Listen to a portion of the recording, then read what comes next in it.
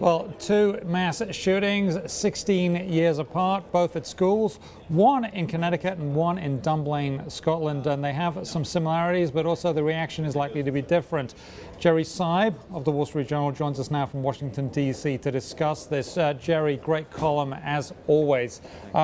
Tell us about Dunblane and the similarities.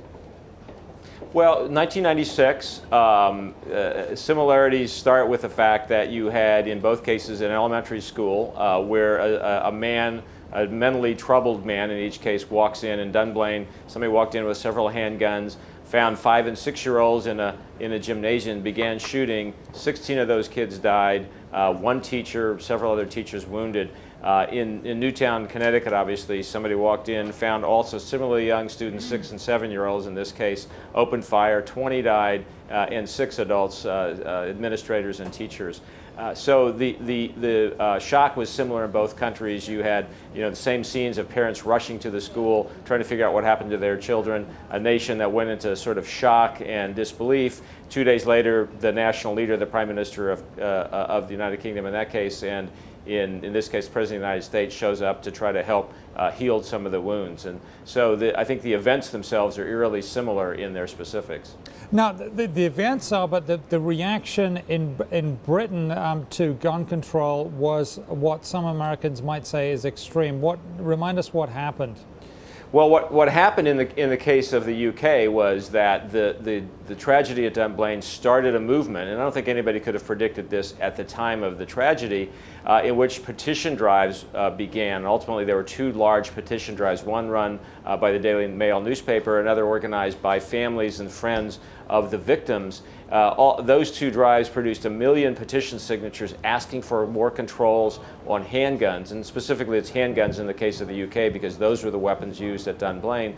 And what that produced was a movement that began first with a conservative government and then picked up later by the succeeding Labour Party government. And within a year and a half, the Parliament in Britain had passed very wide-ranging gun control legislation that essentially outlawed handguns in the United Kingdom. That is probably something that won't happen in the U.S. I think the gun culture here and the Second Amendment here are quite different forces, but it tells you that you can't predict at the outset exactly how far and wide-reaching these ripple effects might be. And I guess that's part of the point of your column, Jerry, is it that we're not going to be able to predict with ease how this plays out, right?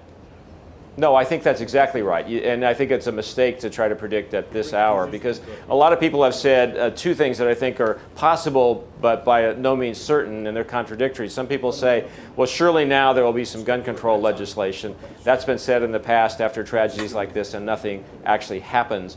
Other people have said essentially, well, in the past when these things happen, the memory fades fairly quickly. People talk about doing something, nothing ever happens. Support for gun control actually goes up, and that's true in past circumstances. I don't think it's safe to predict at this point whether either of those predictions is correct. One of the things I said in the column is I think one of the more sensible ideas that's emerged in the last couple of days came from Joe Lieberman, the retiring senator from Connecticut, obviously the site of this tragedy, who said, let's have a national commission on gun violence. Let's have a national inquiry and figure out what it is we want to do and not let the memory fade, but also to have a kind of a broad-based conversation, not just looking at gun control legislation, but at violence in entertainment, in the entertainment culture, and how do we handle mental health problems in this country in cases like this. So that, if that happens, we're in for a longer but sort of less pitched national conversation. And hopefully a bit deeper than just sound bites. That sounds interesting. Exactly.